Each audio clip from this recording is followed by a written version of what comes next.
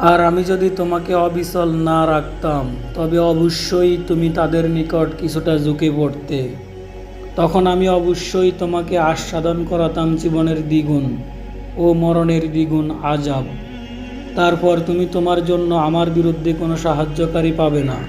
আর তাদের অবস্থা এমন ছিল যে তারা তোমাকে জমিন থেকে উৎখাত করে দেবে, যাতে তোমাকে সেখান থেকে বের করে দিতে পারে, এবং তখন তারা তোমার পরে স্বল্প সময় টিকে থাকতে পারত।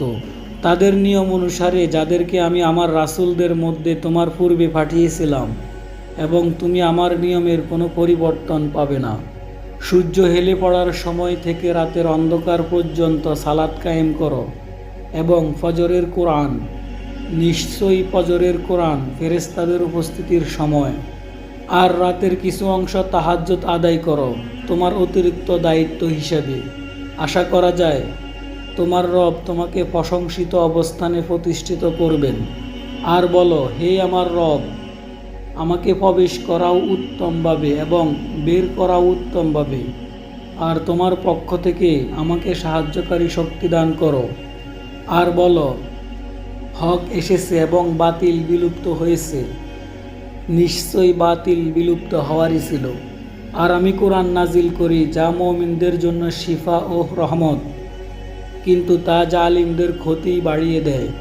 আর আমি যখন মানুষের উপর নিয়ামত দান করি তখন সেই মুখ ফিরিয়ে নেয় এবং দূরে সরে যায়, এবং যখন তাকে অনিষ্ট স্পর্শ করে তখন সেই খুব হতাশ হয়ে পড়ে। বলো, প্রত্যেকেই আমল করে থাকে নিজ পদ্ধতি অনুযায়ী, এবং তোমার রব অধিক অবগত আছেন কে সর্বাধিক নির্ভুল পথে।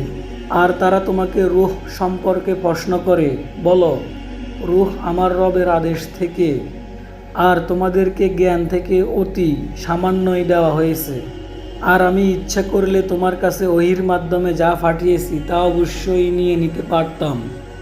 অতঃপর তুমি এই বিষয়ে আমার বিরুদ্ধে তোমার জন্য কোনো কর্মবিধায়ক পেতে না। তবে তোমার রবের পক্ষ থেকে এটা রহমত স্বরূপ। নিশ্চয়ই তোমার প্রতি তার অনুগ্রহ বিরাট। বলো, যদি মানুষ ও জিন এই কোরআনের অনুরূপ হাজির করার জন্য একত্রিত হয়, তবুও তারা এর অনুরূপ হাজির করতে পারবে না, যদিও তারা একে অপরের সাহায্যকারী হয়। আর অবশ্যই মানুষের জন্য এই কোরআনে আমি নানাভাবে বিভিন্ন উপমা বর্ণনা করেছি, কিন্তু অধিকাংশ মানুষ কুফরি না করে থাকেনি।